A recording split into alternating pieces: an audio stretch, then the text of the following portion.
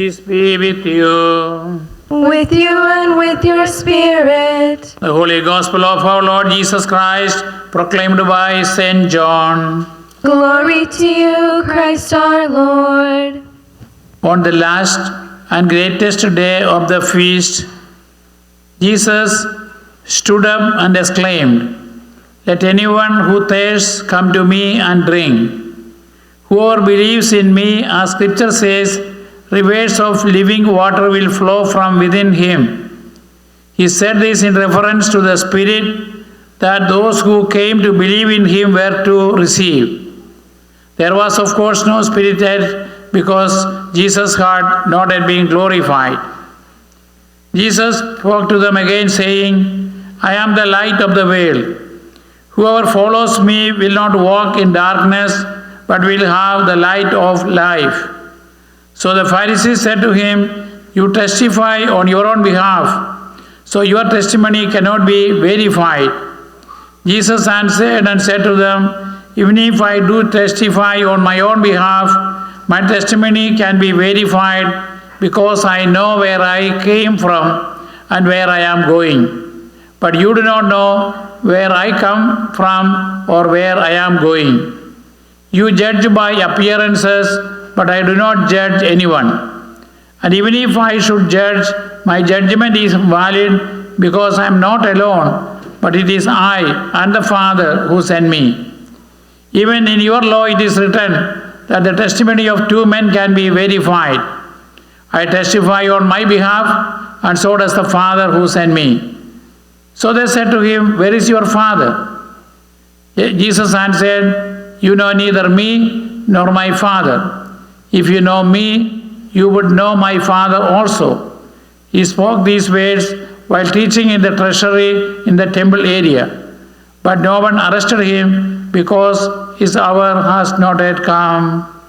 Glory to you, Christ our Lord.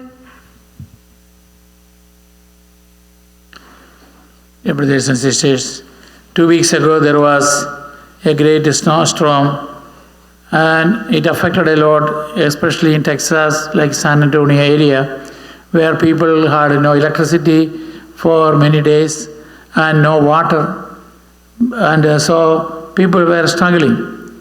And every day we are getting so many conveniences. We have enough air or oxygen, we have the sunrise every day, we have water supply. If anything is lacking, our life become difficult. And today we remember a feast where the Israelites were thanking God for the grace that they received by getting water and enough rain. So the Israelites were in the desert, and then they had no food. There were a big crowd of people, and they were wandering there, and God had to provide them food. So also they had lack of water. One place they found water, but it was hard water, they could not drink it. Then because of the lack of water, God did miracles for them twice through Moses. At least two are recorded. And when we are in a desert or in a forest or in an ocean, we might lose the direction, and navigation will help. But for the Israelites, when they were in the desert, God was their navigator, because they could see the pillar of cloud during daytime and also a pillar of fire at night, and God was guiding them. So we notice that Jesus says during this Feast of Tabernacle, for example, there are 3 important feasts for the Israelites. One was the Passover, another one was the Pentecost, and the third one was the Feast of the Tabernacles or the tent, because God tended among their tents. So people, since they were moving around, they had no permanent house. So their ancestors were living in temporary tents, just like when we go for camping. And so during this Feast of Tabernacle, which was for 7 days, and after the Babylonian exile, it was extended one more day. And so Jesus says these teaching on the 8th day, on the greatest of the days.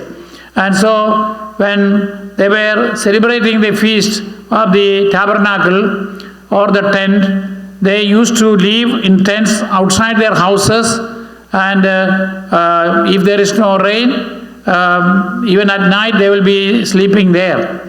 And they had olive trees, olive branches on the top of the roof of their tent. And then they will take the branches and go to the temple of Jerusalem for this big celebration. So there will be a big crowd. And the temple celebration consisted of a ceremony of the priest going down to the river Shiloh and take water in a golden vessel, and then carry that in procession with the people who will be holding olive branches and singing praises of God. And they will be thanking God for the water that they have in their life, the water they provided in the desert, and the water or the rain that God provided when they were living in the promised land. And so, if there was no rain, then they will be starving. It happened when at the time of Prophet Elijah, there was no rain for 3.5 years, and people were starving because there was nothing growing because of the lack of water. And so that was a punishment given for their sins. So people were thanking God for giving them enough rain. So that was a prayer of thanksgiving. So they were going in procession with the water.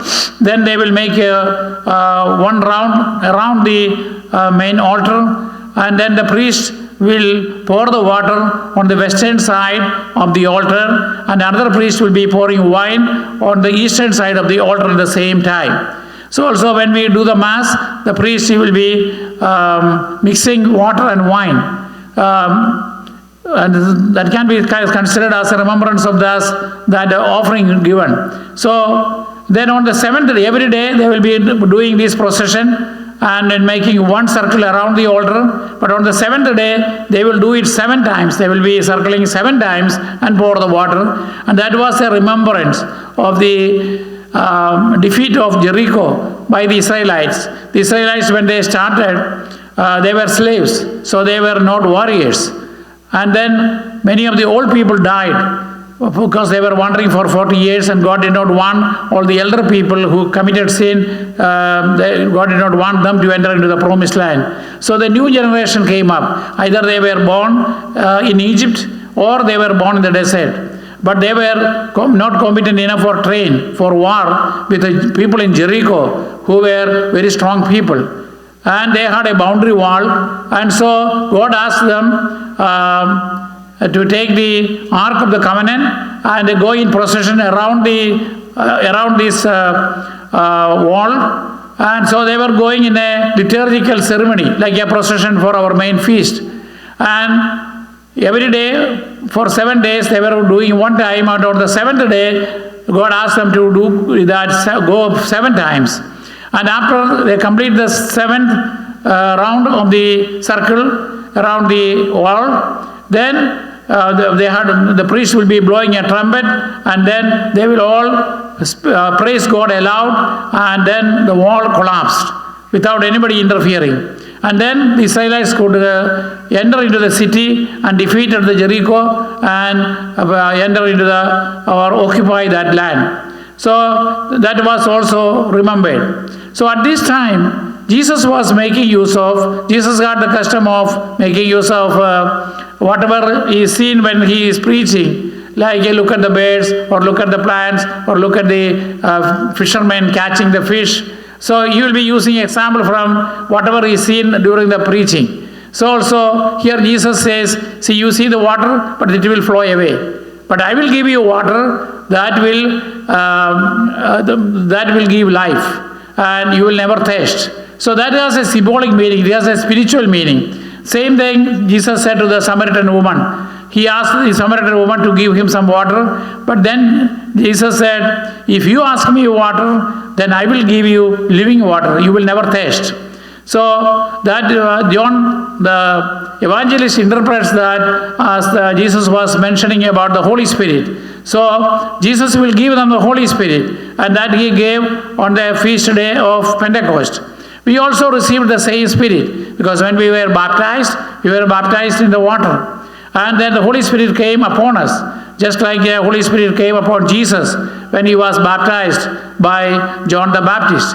And we were anointed with the holy oil. So Jesus says he will be giving us this living water. And so we have received the Holy Spirit, and then we have to produce fruits of the Holy Spirit in our lives.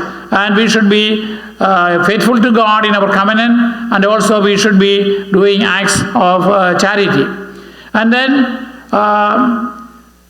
there was another custom, and there were 4 menorah. Menorah means 7-branch lamp like this. That is a small version, but they had a huge 4 menorahs with 7 branches, and each branch was holding a torch. That means they will have a big bowl with oil and some cloth or something, and then they will be burning fire. Throughout the night, it will be burning. So 4 into 7, there will be 28 torches burning. And so if you look from a distance, because Jerusalem was on the top of the hill, so when you look from a distance, you will see a pillar of fire, just like they had the pillar of fire guiding them at night when their ancestors were wandering in the desert.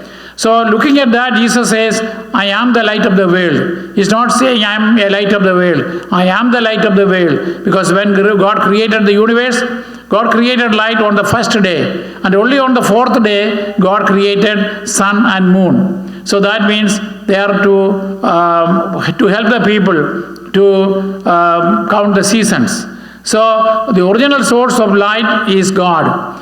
And Jesus says, I am the light of the world. It is in a spiritual sense. And then Jesus said to the people, to the disciples, including us, that you are the light of the world. So we who received the light of the world, you know that at the time of baptism, the celebrant will be lighting a candle and giving to you, saying that Jesus said, I am the light of the world. Now you are supposed to be the light of the world. Just like a moon getting light from sun and reflects at night to the earth, we also should receive light from God and reflect that to the world through our works of love, through our works of charity.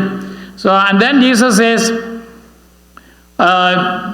you judge by human standards, when Jesus was questioned. But Jesus said, I'm not judging anybody, but you are judging me. And we are not supposed to judge others, because we are not competent enough. We don't have the full knowledge of what others think. And so Jesus came not to judge us or punish us, but Jesus came to this world to save us. But there is a second coming when Jesus will gather the people and separate the good and the bad, and the good people he will select and present to God the Father for the fullness of the God's kingdom and to enjoy the eternal banquet. So we are punished because we misuse the freedom. So we have to, as human beings, unlike animals or other living beings, we have the freedom of choice, and that is a gift of God. But when we misuse it, like the first parents or many people throughout the centuries, and even we do the same, misuse our faith, abandon God, criticize others, and misuse the social media to gossip about others, then we are acting against God, acting against the promptings of the guardian angel, and then we become the citizens of the devil. So we should be able to nourish ourselves by the water, by the Holy Spirit that Jesus gives us, and then we also should receive the light from Jesus and reflect that light to others in our lives. So like the people wandering in the desert, we are also wandering in this world. We will have temptations, but let us make use of Jesus as the light of the world and the gifts of the Holy Spirit that we have received. When we do good works, there is satisfaction. When we are greedy, when we look for money, for power, for position, or for the worldly achievements, we will have later dissatisfaction, or we can fail in this world or fail in the world to come. And so let us ask God's grace that during this season of Lent, examine ourselves whether we are producing the fruits of the gifts of that we received of the Holy Spirit, and also whether we also remain in the light of Jesus and also reflect that light through our good works.